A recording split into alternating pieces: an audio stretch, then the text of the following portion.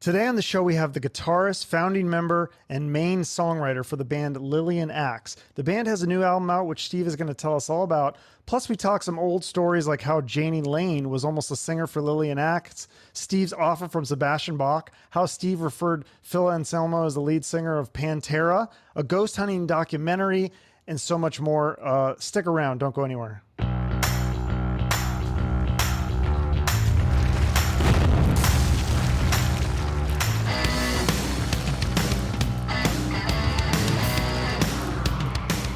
Steve Blaze, how the hell are you?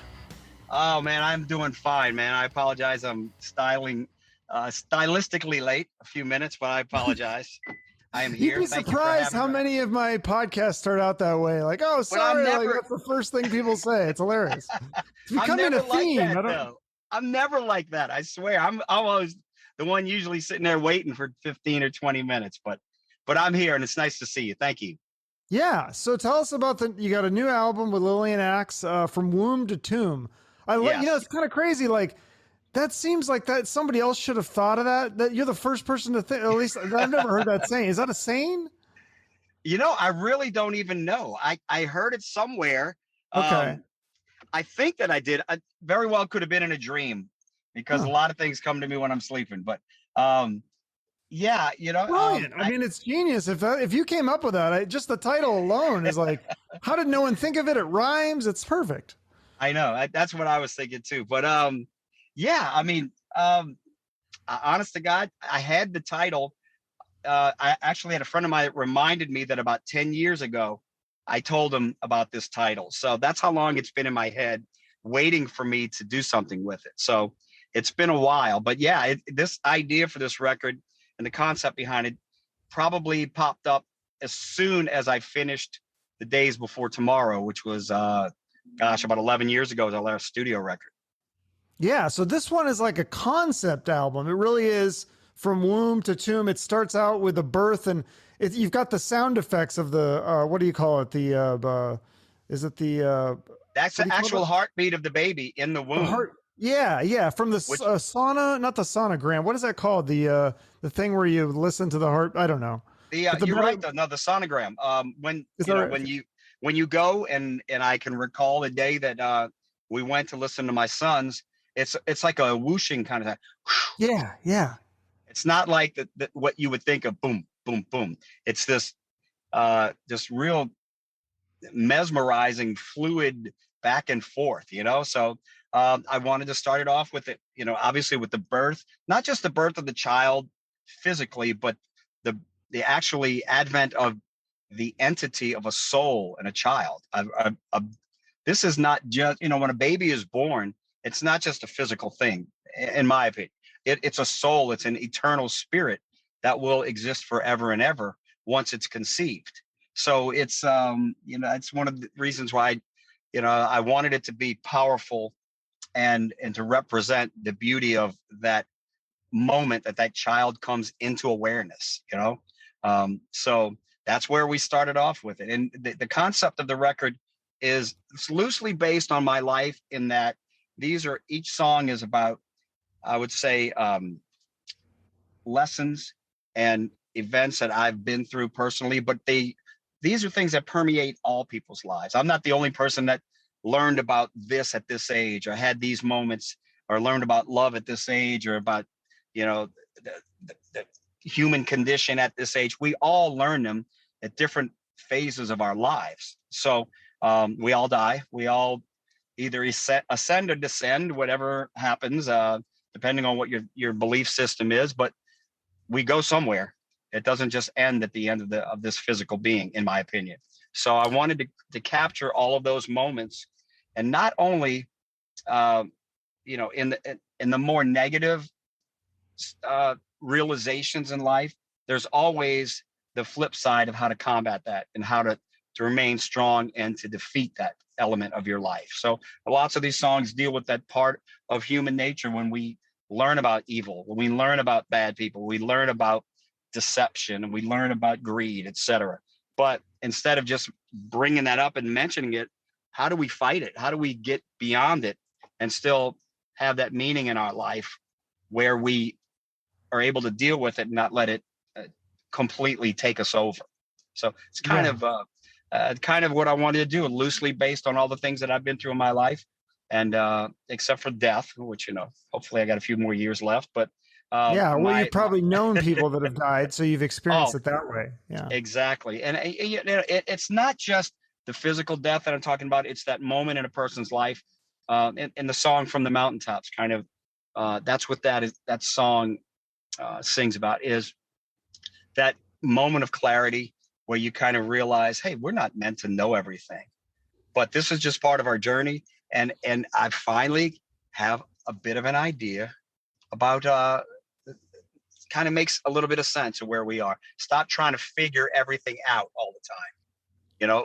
Deal with what we have now, and just constantly stay on that road to better ourselves. Mm-hmm. Well, that's really all very deep stuff, philosophical, lyrically, and also musically. I'd say the album is it's mature compared. I mean, I'm listening to your older, I was listening to the new stuff, and it starts out with this beautiful piano, and then you go into the rock, and the production is great, but musically, the songwriting has evolved so much from, I listen to the old stuff too, which I love. I love the stuff. You got songs about 69 and all this. It's just fun rock and roll, and this has some fun too, but also you've matured a lot as a songwriter. It is. I mean, when I was in my teens and 20s, I mean, those were the things that influenced us and that we wrote about, and that I wrote about.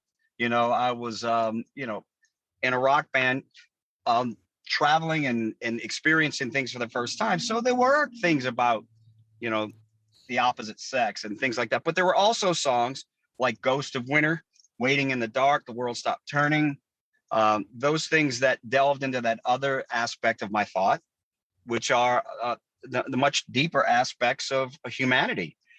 So, in a weird kind of way, some of these songs still do touch on some of those more, I guess, primitive ideals.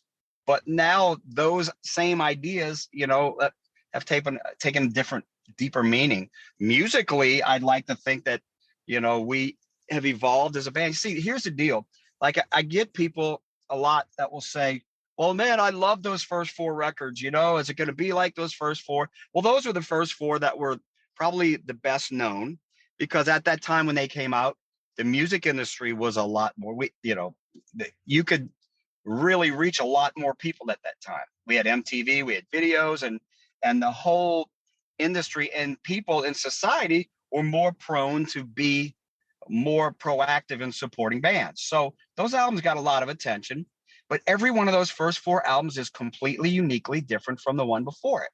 So when people say to me, oh, is it going to be like the first four? That's a really broad spectrum. How can I tell you, yeah, it's going to be like the first four? Because none of those first four were really similar to each other. It was still Lillian. And if you knew the band well, you could hear those permeating, melody lines and the types of guitar sounds and the soloing and the harmonies, etc. That sounds like Lillian Axe.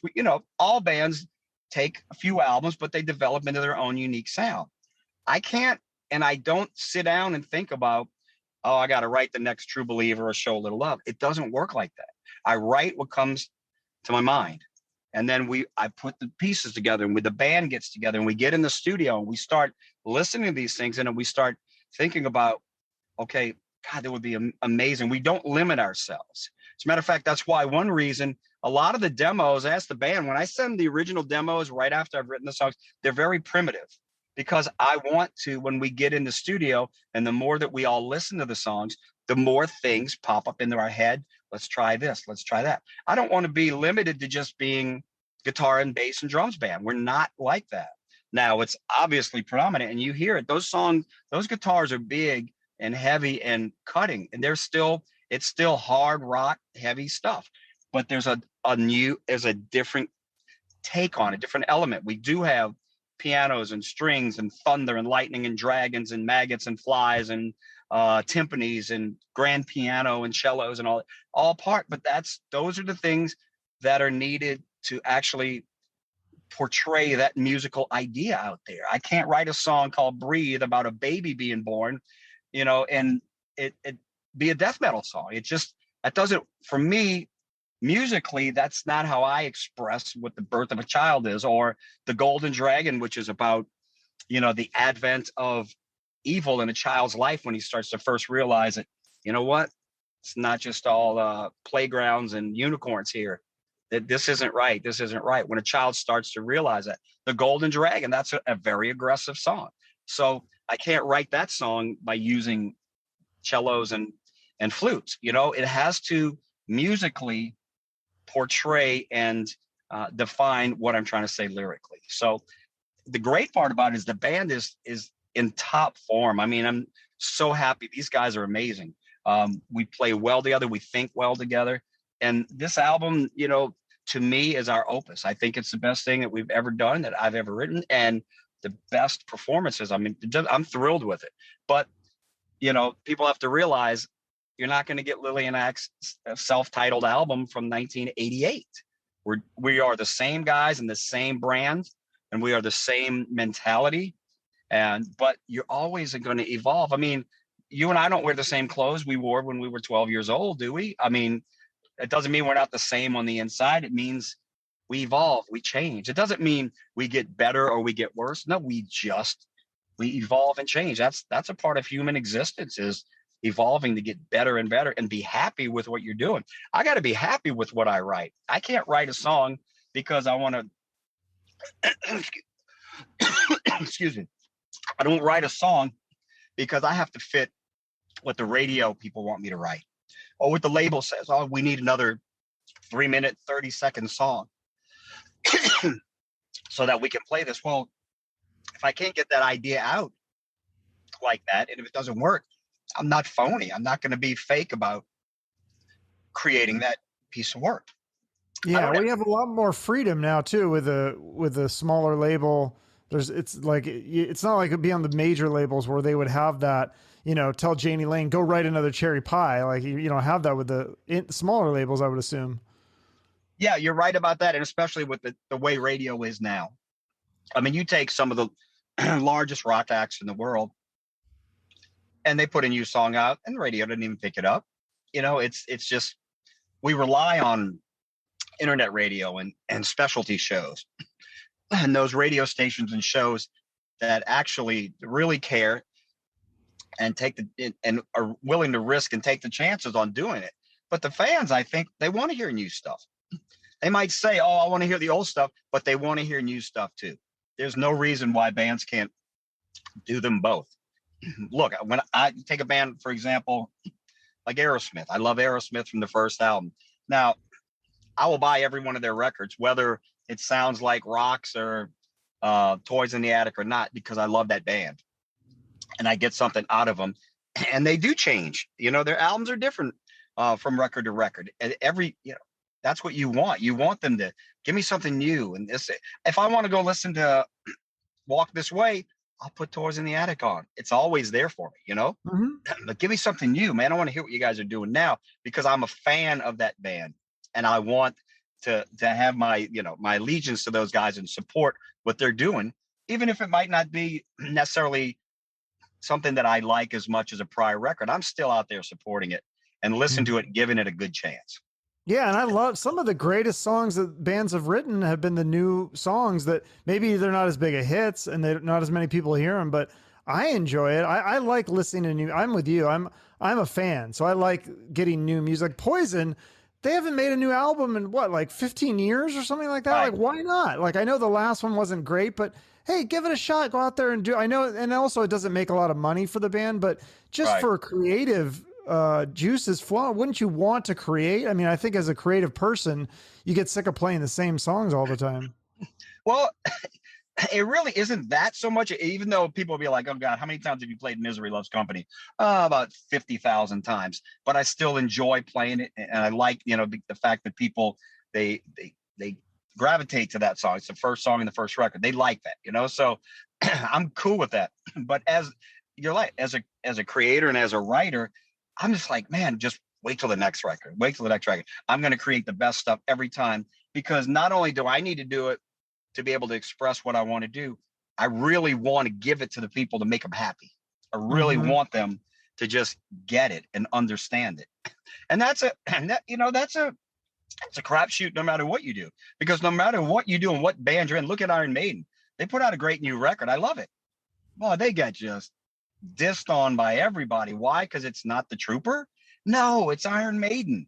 Doesn't have to be the Trooper or Run to the Hills. It can be Iron Maiden. That's what it is. And that's how I feel about it. Mm-hmm. So it's kind of a tricky thing when you're on the inside, because you're going to get people that are like, oh my God, this, can't wait for a new record. And they get it and they love it and they get it. And you get some people that are like, oh man, I want the next dream of lifetime. Well, that's not going to happen. That was then, and I'm proud of it. We still play it out live, but I'm going to give you new stuff. I'm going to give you new things that are still this band for you to latch onto, man. It's like the variety of life, man. I mean, look, I like pizza, but there's a million other foods I like to eat too as well. If I just eat pizza every day, for God's sakes, I'm doing everybody an injustice, enjoy, just go out there and have fun. And that's what we did with this record. We spent 3 years recording this album. We spent a lot of time and heartache and blood, sweat, and tears doing this record, man, because it's such an emotional thing. The last 3 songs on the album are the most emotional things I've ever written. And I felt like that about myself. And I was like, you know what? Is it just me? And I would play it for like people that I knew that I could trust their opinion, that would tell me, it's okay. Or I don't like it that much, or this or that. And I look over and they all have tears coming in their eyes. They got it. And I think the whole record is like that. When you listen to this thing from top to bottom, it will emotionally drag you in. So I'm just, I hope people love it. I feel the band feels really, really happy with what we came up with. Yeah, it's cool. So, I mean, obviously, if you're going to do like probably some of these festivals and these bigger shows that you do, you have a very, slotted amount of time. It's mostly probably greatest hits. Maybe you throw in a couple new songs. But would you do some regular, just headlining shows, maybe a one-off where you play the entire album, for some, those diehard fans who probably do want to hear the full album live? Well, we did that with Love and War. We did a couple of shows where we just played Love and War album from top to bottom. And potentially we could do that. Here's the issue, and I'm serious. It's kind of funny, because no matter what you do, somebody is going to be offended that you didn't play some song off the other record. So when we did Love and War, we did that. And then we would do like, a couple of the like True Believer and Crucified and Deep Freeze. We'd have to throw like 7 or 8 other ones like that. Of course, but not just that album, but yeah. Well, we'll see how because this album is the type of record that we could do from top to bottom, but we'd have to bring an orchestra in. We'd have to bring a keyboard player in. There's so much of that in there. There's 3 songs that have choir in it. 2 of the ones, Brent and I actually created a choir. We call it the Moron Tabernacle Choir. We have 108 voices. We overdub 8 harmonies, and it sounds like a men's choir. I mean, we did it in 2 songs. It is featured in there for the power behind it. And it really came out well. So that aspect of doing this whole new record like that would take a bit more production, because we don't run tracks, never have, never will. The only thing I would ever say, if we ever came down to running tracks, would be maybe some keyboard parts, because we don't have a live keyboard player. I played some of the keyboards on this album, but there are 3 songs that we brought in a ringer for, things that were beyond my keyboard talents. But I play all the pads and some of the stuff and the intro to Breathe and that. But from the Mountaintops, Ascension, and Migrating North, we brought in a guy named TK, came in and knocked it out of the park. So we probably have to bring somebody like that on the road to do this whole album in its entirety. And then, you played some of the keyboards too, like the opening piano. Is that you? Yeah, that's me on the opening keyboards. Yeah. Okay. And the string pads and the things that are the filler stuff, I can do that, and I do that. But the more technical stuff, the things that really needed to be honed in, I wanted somebody that, this guy's a virtuoso. So I was like, let's bring in a ringer for this. Somebody that really can all these little nuances and stuff that I'm not technically capable of doing on a piano. Bring him in for that, and he did knock it out. It was great. Nice. Well, I mean, yeah, you have a new lineup in the band now, and the band's kind of been through some lineup changes. Like, you pretty much are the band, right? I mean, you're the main songwriter. and you kind of control the whole thing, right? And always have. I started the band in '83 with Michael Max. Came up with the name. First show was really our advent was Halloween of 1983, and we just we beat the path down, man, for like 4 years, and then MCA Records through Marshall Burrow, we opened up a bunch of shows for Ratt and Queensryche and Poison, and so Marshall Burrow, the manager, got in touch with us because Robbin Crosby loved the band and wanted to produce us. So Marshall called me and said, "Hey, look, you want a record deal?" It's Marshall Burrow, and this at a time when Marshall was managing Ratt, and they were at their heyday. And so we started working together. Robbin produced our first time. He got us a deal. We got signed by Irving Azoff to MCA, and But wasn't it just you that got signed? Like yeah, they didn't want the rest me, of the band. Right? They signed me, and basically there were some issues with a couple of guys, that were. It was, back then it was to the point where reform the band or see you later. And a couple of guys were going through some just demons, let's put it that way, dealing with personal demons and stuff. And it didn't work out. Danny King, the drummer, did stay on for the first two records. Michael was one of the guys that didn't stay with me, but he came back into the fold about 7 years ago. So the original bass player is back with me. So, and he's amazing on this record too. He just blew it. But he even told me, he said, "You know what? If I would have stayed on with you back when you got that first deal with MCA," he said, "I'd probably be dead by now." So you feel like that was a good decision then? Absolutely. It had to be. Or I can't tell you what would have happened after that. I don't know if it would have gotten, picked up by somebody else or whatever, but it was at the point where the band might have, to keep going at that point, it might have split up soon after that, just because there were too many things going on that were self-destructive within the band. So anyway, I think God has a plan, and God takes these things. And when you're around, look, that's how many years ago was that? 17 and 40 years ago. The first record came out in '88, so we've been around a long time. Relationships come and go. We've had, people in most bands, if you're fortunate enough to be like Rush and have the same three guys for the majority of your career, that's a wonderful thing. We have five guys, and you're 9 record deals, and they're fighting hard just to get any little bit you can in this crazy business. People change their minds. Some people think, "Oh, I want to go out and do my own thing now. I've got enough of a name. I want to go do my own thing." Some people just don't want to tour anymore. Some people just had enough of it. Some people get burnt out on it, and I understand that. But, it's, I birthed it, and I keep it going, and we just make the right changes. And right now, Sam, the other guitar player, has been with me for 24 years, 23 years. So he's longest member of the band besides myself. And Michael's back with me, the original bass player. We do have a new singer, as about 3 years ago. This is his first record, Brent Graham, and he's going to make a huge name for himself when the record comes out. He's 6'4", he's a menacing, amazing singer, but he's the sweetest guy in the world. It's like, he's a grizzly bear, and our drummer is Wayne Stokely. We met Wayne when we did a tour back about 10 years ago. We did a 2.5 months with Faster Pussycat, Jack Russell's Great White, Bullet Boys, and Pretty Boy Floyd. He was playing drums for Pretty Boy Floyd. We clicked. We got along really, really well. We stayed in touch. And then when Ken, our last drummer after 20 years, decided he didn't want to travel anymore and he wanted to stay home, we called Wayne. Wayne came in, and right after Wayne, we asked him to join the band. He had an accident, and retinas became detached from both eyes. Long story short, he's legally blind. He can see a little bit still. You will not be able to tell when what you see happened. The man. Was it like a physical accident? I don't know. Yeah, I think it was. I don't know if he got hit or something. Something happened. I'm not exactly quite sure, because right when he was going to join, that happened, and he said, "I can't do it right now." So we had a fill-in, Rob Hovey, for a little while, who played on a few of the songs on this.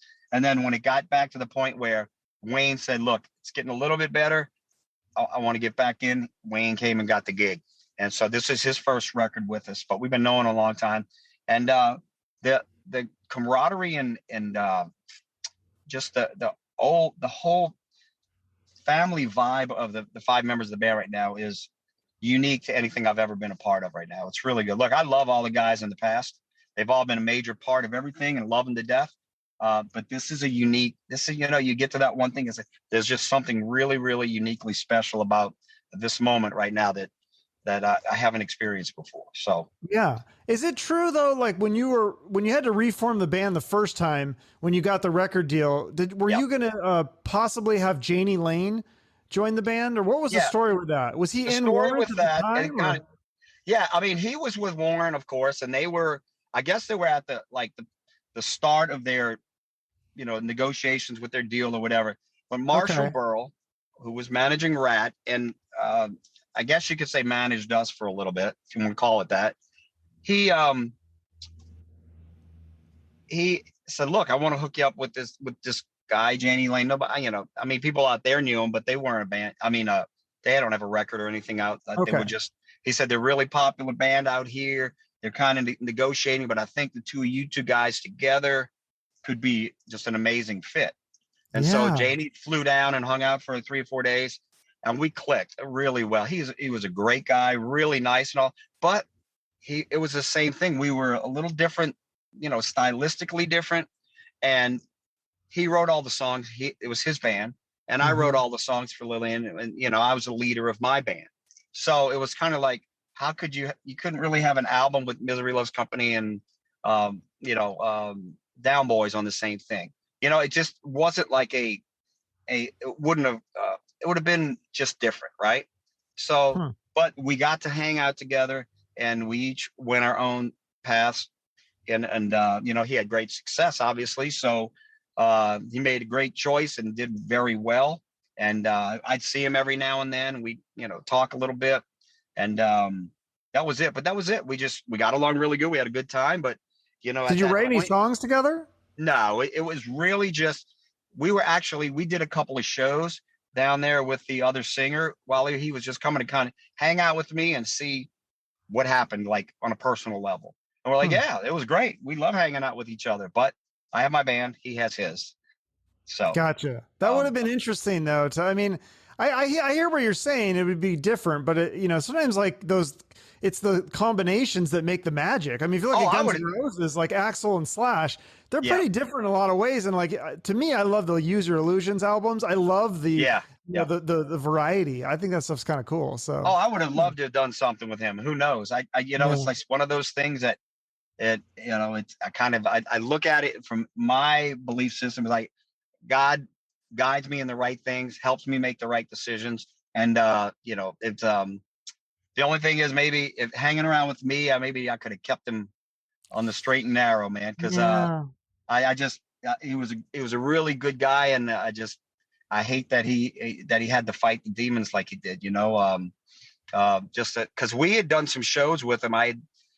We did a show with him when he was doing solo stuff, and two oh shows in Florida, and I was like, I remember that it wasn't he was really off the deep end at that time, and it was a shame because he is a really was in my opinion I think he was just like a small town guy that was very talented and got a great break and this and that, and I think the industry just sucked him up.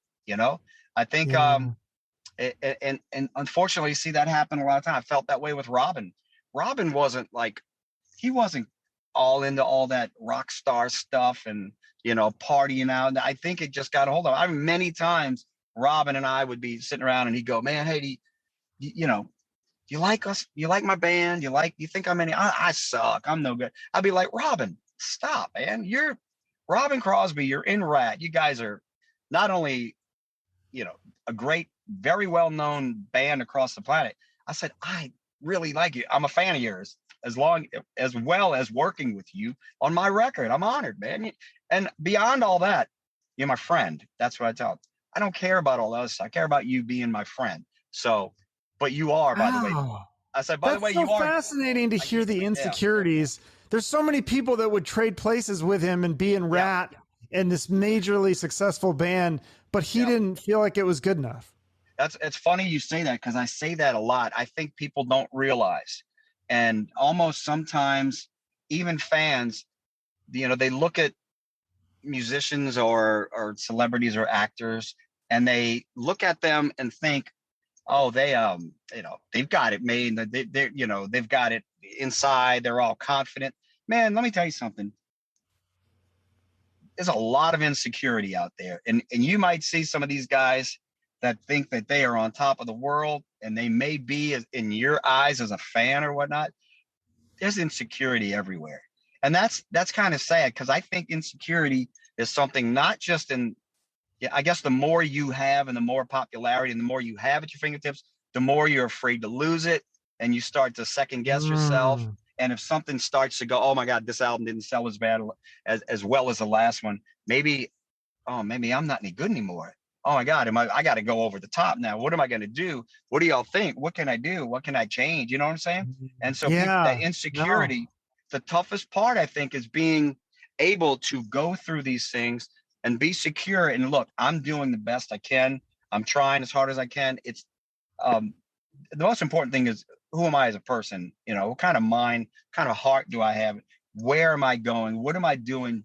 How do I treat other people? How do I take care of these things? Not like, okay, oh, we sold 2 million on the last one. This one only sold 1.5. Oh my God, the world's coming to an end. Yeah. And you'd be surprised. I see a lot No, of that. I know, because I do these podcasts. I mean, I had this girl from The Bachelor. You look at this girl, you're like, this girl's perfect. She's the most beautiful girl ever. She's worried she loses some Instagram followers. She's like, her world collapses. I mean, it's fascinating. It's really And you interesting. can't take any of that with you, man. You only Yeah, take yourself and your soul and who you are wherever that's you go. true. And That's true. but that was one of the things, that really, I felt so bad about Robbin, because he was such a nice guy, man. I mean, Yeah. and I see that a lot. And then I see a lot of my peers and guys that, in other bands, and they just seem insecure about stuff. I'm like, don't be insecure, man. You have achieved such great things. And even if it wasn't for the commercial success, you're doing it regardless, whether you're at a level of being in a band and playing clubs every night, or if you're doing stadiums, you've done it. You're Yeah. successful. Keep doing it, man. You're making a mark, whether you're making a mark for 10 million people or you're making a mark for 10,000 people. You're making a mark. You're changing people's lives. Keep working hard. Your path will go where it's going to go. Yeah. What's interesting, that reminds me, I had do you know Edgar Winter, Frankenstein and Yeah, like sure. Free Ride? Absolutely. Yeah, I Yep. had him on the show, and I was asking him about his newest album, and I was like, are you worried how many, units it's going to move and all that stuff? He goes, no, I don't care about, that stuff. He's like, what I want is like respect from, people in my community, in the musical Yeah. community. And he's like, all the people that I respect their opinions, they've all told me it's a great album. So that's all that matters to me. I was like, oh, Right. that's such a great, because I do the same thing with podcasts. I'm like, oh, I don't have as many listens, but if other podcasters are saying, hey, your show's great, I like this episode, I'm like, okay, I'm doing something. So it's probably Right. the same for you. Yeah. The thing that moves me, of course, we look, and if I'd be lying to you if I told you different, if anybody ever said anything different. Yes, it does affect you when somebody says something negative. It does Right. affect you when you don't Sure. have, if you're not selling. But I look at it like this: the first week Poetic Justice came out, it sold like 55 or 60,000 units. If I sold that on this record, it would be number 1 or 2 in Billboard.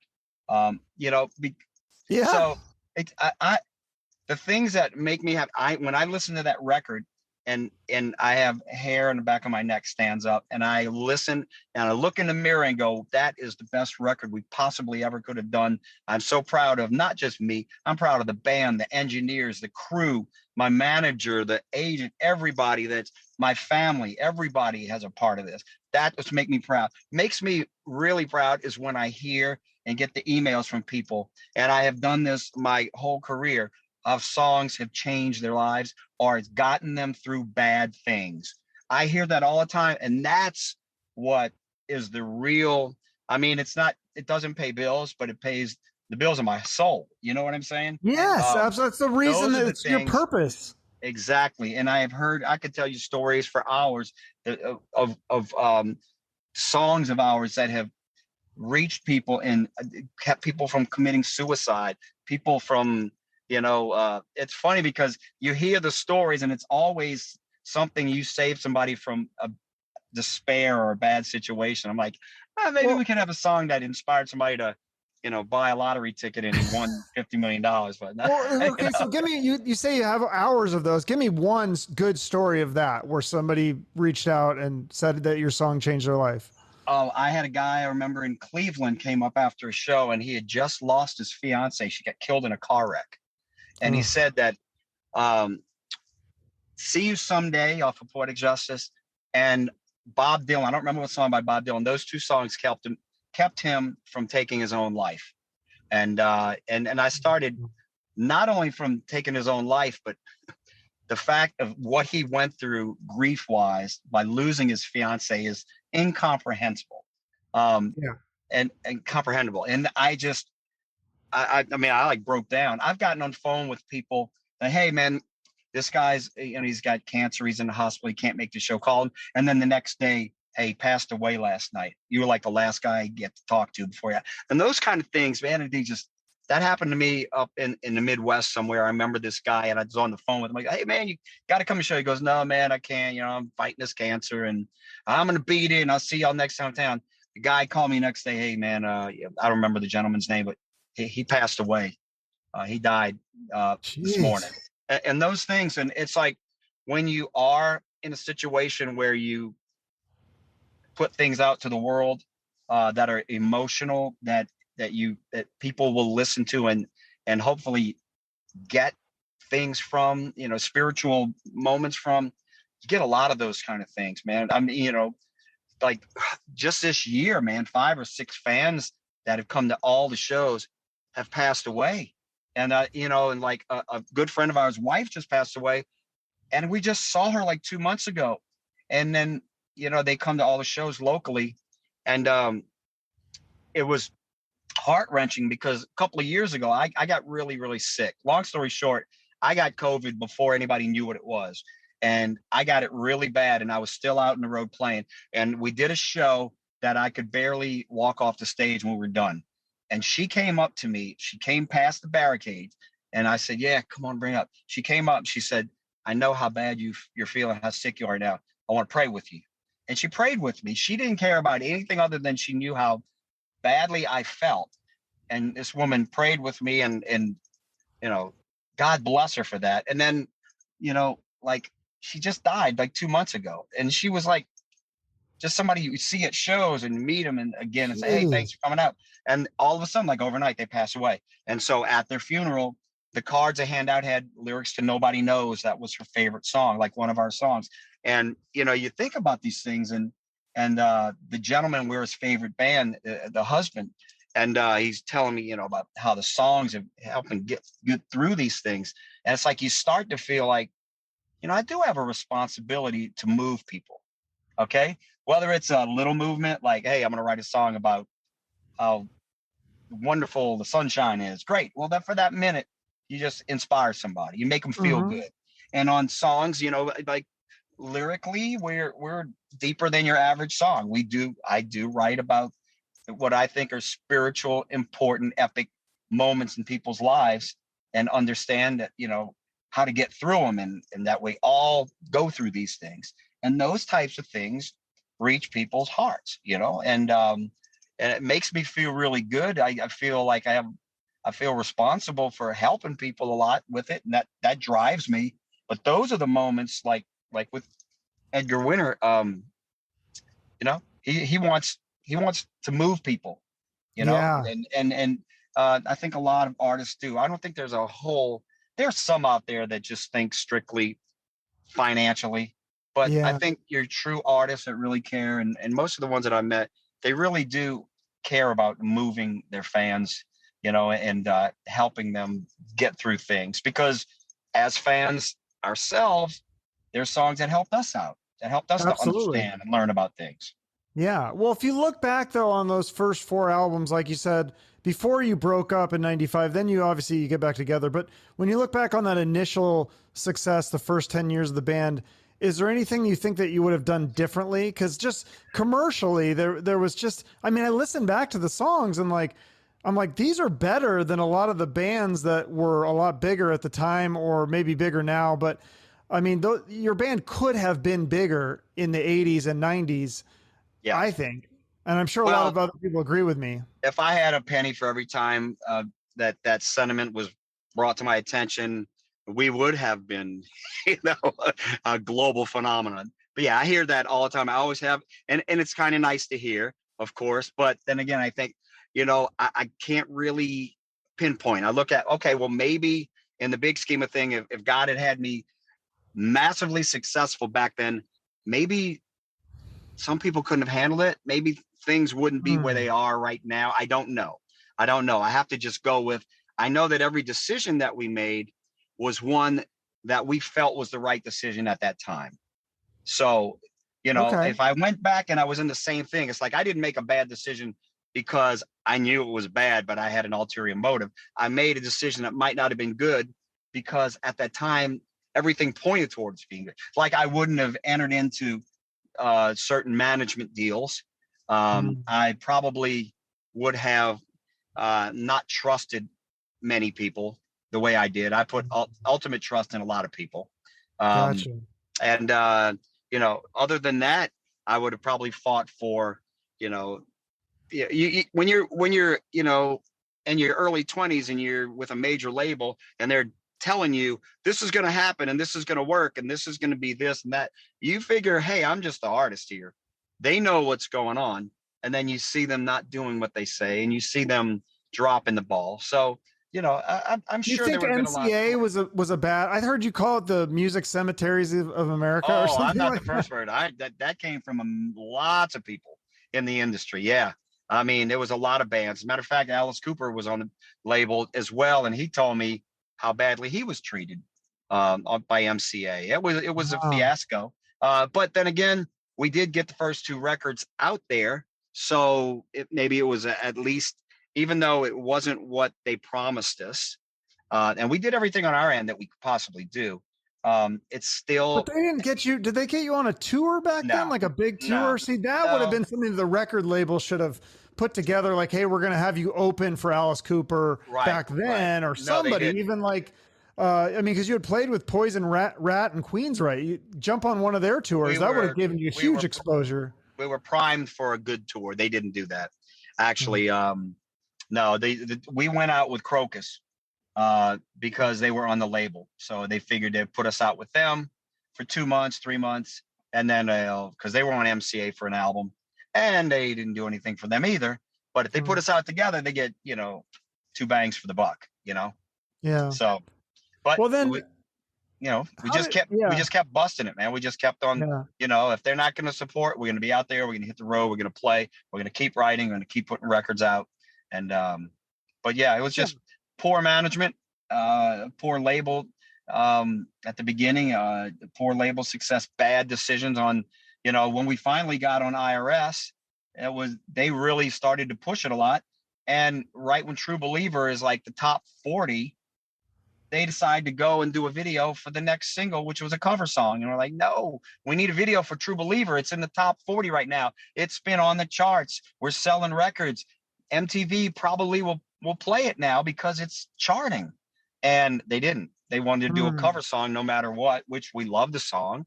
Yeah. But it was not what we should have done then. But we had no choice.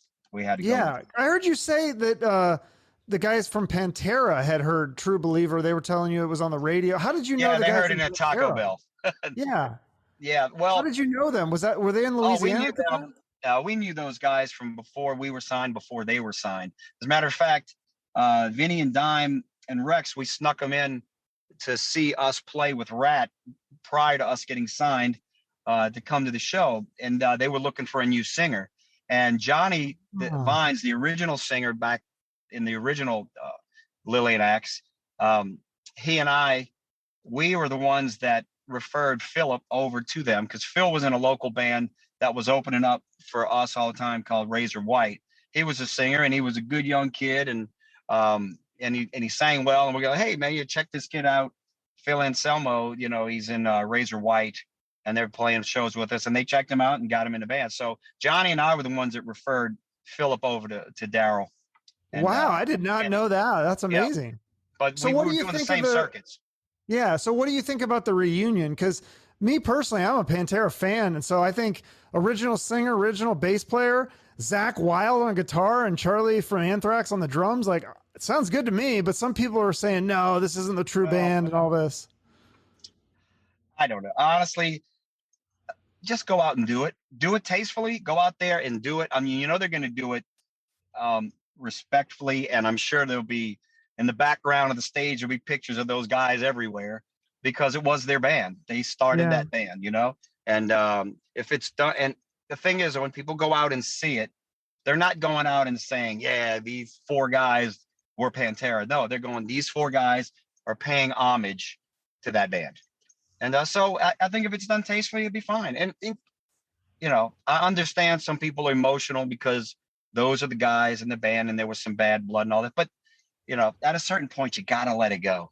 Just, you know, go if you don't, it's fine if you don't want to go and you don't respect and you don't, not a fan or whatever, or you were a fan, but you don't want to, then just stay home. But, Yeah. you know, I those think two that's fair. guys were half of the band as well during their success. And Yeah. so, you know, they got every right to go out and do it, but you know, it's an emotional thing. As long as it's done with respect to those guys, which I'm sure it will be, it'll probably do well. Absolutely. Well, you also, I was going to ask you about this because I saw that you did some shows with Alice Cooper in like Yeah, 2007 and 2009. How did yeah, that come about? Because that's kind of like your band had been gone for a while, then you came back, and now all of a sudden you're opening for Alice Cooper. I mean, that's bigger than what you would have done in the 80s. right. Well, um, Alice's tour manager, Toby, um, his girlfriend was a big fan of the band. She's from Europe.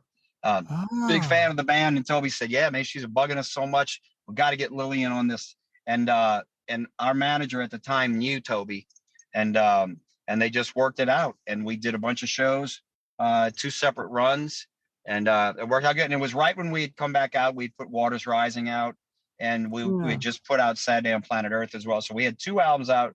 You know, I never really broke the band up. We just took a break for a little while. And then, Yeah. you know, so many people were wanting us back together. And we tried it a little bit. And a couple of guys wanted to, you know, they dabbled in it, but then they wanted to go and do their own musical thing. So they did. And that's when I was like, you know, picked it up full steam ahead and started putting out records ever since then. Yeah. So when did you, I heard you say that you played in a version of the band Angel. Was Yeah. that during the hiatus of Lillian or when did you do that? Yeah. That was kind of around that time. It was like, I Okay. think it was late 90s, Oh, okay. 98, 99. And uh, the guy that was playing keyboards that took Jafria's place was writing a book, and he asked me if he could interview me for the book, and I said, "Yeah, sure." And and we started talking. And he goes, "Yeah, man, I'm playing keyboards in Angel." Like Angel, oh my god, I was a kid, and at first I got On Earth as It Is in Heaven on vinyl and all the albums. I'm a huge Angel fan. I had the posters in my room. And he goes, "Yeah." He goes, "Yeah, the guitar player, the guy, he's just not really working out." And I said, "Well, I play guitar. You know that, right?" And he started laughing. He goes, "You would do that?" And I said, "Of course I would." I said, we're kind of in a regroup, so to speak. I said, "I've got time to do it now." He goes, "Well, let me call him." And they flew me up to New York, and I went in there and knocked it out in the rehearsal. And same day they said, "Yeah, you got the gig." So I was thrilled because I've always been a major fan. So for several years we did shows sporadically, and you know, it was like, you know, it was a blast, and I loved it. And Frank and Barry were great, and you know, those were the two original guys that were Mhm. still in the band. And but it was you know, it was tough for them to get up and running back again. So Yeah. after 3 or 4 years, they kind of put it to rest. And now a few years later, here we are, and they got Punky back in, and they're doing some stuff now. So Yeah. Were there other opportunities like that, other bands you played with or that you auditioned for that you didn't get? Like obviously we talked about the Jani Lane one. That was pretty cool. Is there other stories like that where yeah, you almost actually, Warrant called me up to play guitar with them when they were doing that White Snake Warrant thing, and I guess it went south. I don't know if JD fell off the wagon or something. That's what they told me. Um, okay. and then Lita Ford had asked me to do, and then at the last minute, it didn't work out because I don't think her or her husband at the time didn't want another guitar player in the band, wanted her to play all the guitars. And then Ah, Sebastian Bach asked me to play guitar when we played together up in Europe. Lillian did some shows, and like 3 days later, he fired his whole band and recruited us out. For 3 days, he asked me to play guitar for him, and then And you did that one? no, I didn't. I didn't. Oh, you It didn't. didn't even last more than 3 days. Like Okay. we were in Switzerland, and it's like, you want to do it? Okay, you can come to my house. We got a Reich. I said, yeah, I'm interested. And then 3 days later, he had fired his whole band that was on tour with him there, and then rechanged his whole plan. So, Wow. and I was dealing with all that through Angels management and stuff. So I'm like, Wow. and then do you remember that show that they did with Sebastian and the guy and Ted Nugent? Yeah, yeah. That show. Well, And they Jeff had the Probst, band. yeah, Yeah. Jeff Probst from Survivor, the creator, created that. While I'm in Europe at the same time, I'm getting letters of intent from him to do the second season of that. So I was going to be the guitar player. And the next thing, I don't know, I think me and Piercy and maybe Rudy Sarzo, the names that were thrown around. So I signed the letter of Wow. intent. So I'm like, okay, I'm going to play. When I get back, I'm probably going to do the Sebastian thing, and then I'm going to do this TV show. And then it all just like tons of things happen in this business. It just didn't work out. Things changed. They didn't do the Yeah. season, you know. Didn't you And then also have like a ghost hunting show that was going to be with Mark Cuban or something?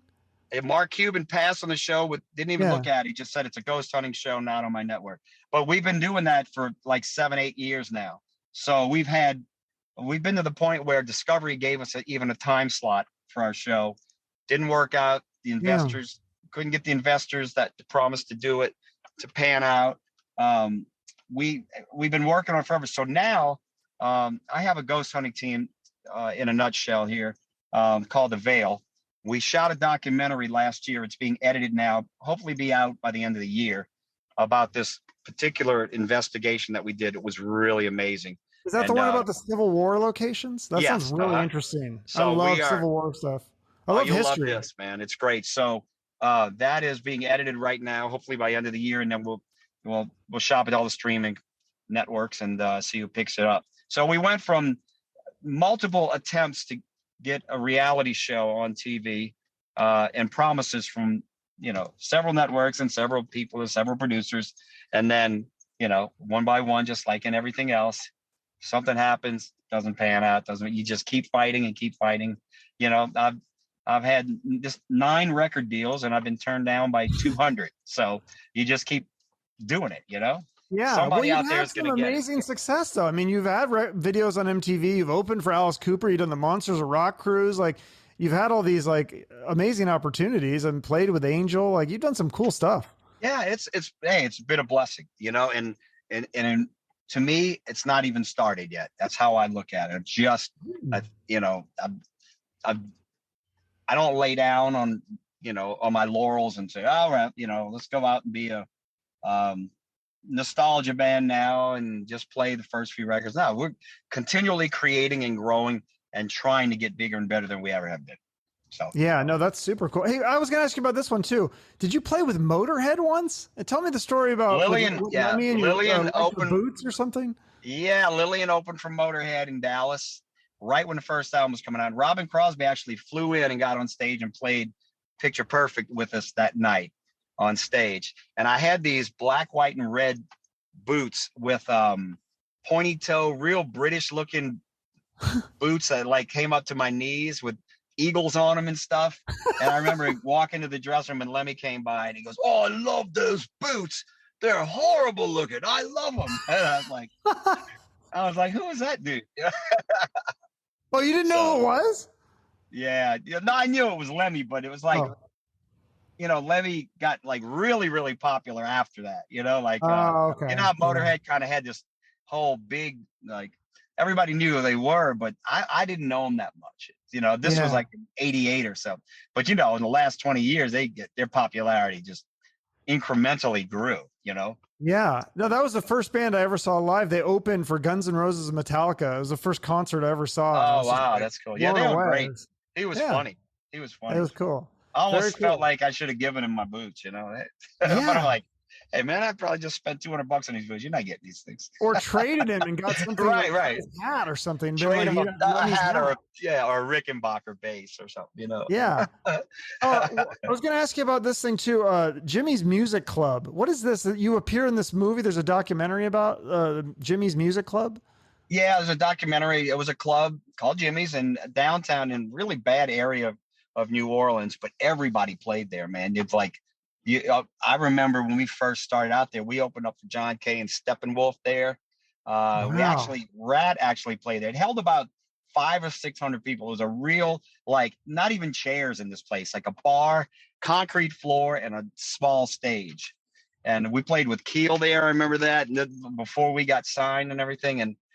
But so many bands played in and out of there, and they just tore it down and made a Oh, documentary out of it. And they asked me, that's because sad.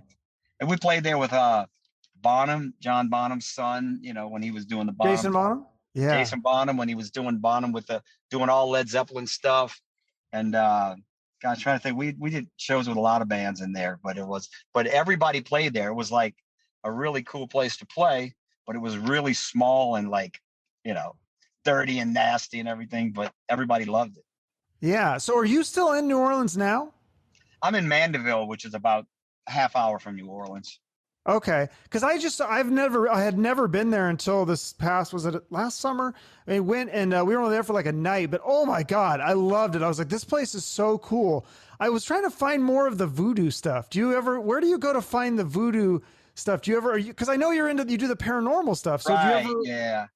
do you There are ever get into places. that, or is it too scary? Is it real? Oh, no, no, no, no. I'm not scared of that stuff. No, there's shops and stuff down there, and there are a lot of buildings that if you can get into to investigate, but because it's just, I don't want to go down there at night. Let's put it that way. Not until they clean up the crime and stuff down there.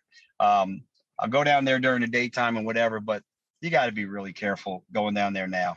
That's what I This, heard. Yeah, there's some we went on. We were there on like a Tuesday, so it was okay. oh, But okay, right, and it was during COVID, so like I think you were supposed to wear a mask outside at that point, probably, and like nobody was doing it, and there was cops all over, and everyone just walked by the cops. Hey, how you doing? And nobody cared. yeah, So it was yeah. a little It's strange. But I Yeah, saw we're this not really live happy with the way our jazz. city is down there. What's that? We're not really happy with the way the city's being taken care of right now. Yeah, It's a yeah. beautiful It's city and it's wonderful, but so it's beautiful. too So much much, history. a lot of history, but there's too The much history's crime, fascinating. stuff like Yeah. that. And, people don't want to go down there and take their families down there at nighttime, get held No. up or shot or whatnot. And I'm just not doing it. Yeah, it's too bad because I saw this really cool live jazz band and they had like even the outfits and stuff. And I was like, oh, this is like New Orleans. This is really cool. Oh, yeah. If you like jazz and Zydeco and all that stuff, go down there. It's all over the place. Do you know Kyle Thomas from Yes. Exhorder? Doesn't he? Is Uh-huh. he in New Orleans? Yeah, I haven't talked to Kyle in a while. Actually, he was married to my sister for a while. They're divorced, but he was married to my sister. I had a Black Random. Sabbath. I Okay. had a Black Sabbath tribute band with him. Oh, Kyle, okay. Kyle's brother was called Black Earth, and my brother Craig, who played. I don't know if you know, my brother played with Black Label Society for a while, Oh, and no, I didn't know that. yeah, he played on. I think he played on Mafia and played on like 3 albums or so. From like late 90s through like maybe 2009 or 10. He was a drummer, Craig. And Oh, so wow. he was in my Sabbath tribute with Kyle, and Kyle's brother played bass.